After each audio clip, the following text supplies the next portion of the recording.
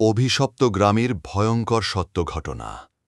ভয় কি কেবল ভূতের, নাকি ভয় লুকিয়ে থাকে আমাদের নিজের অতীতে, নিজের রক্তে?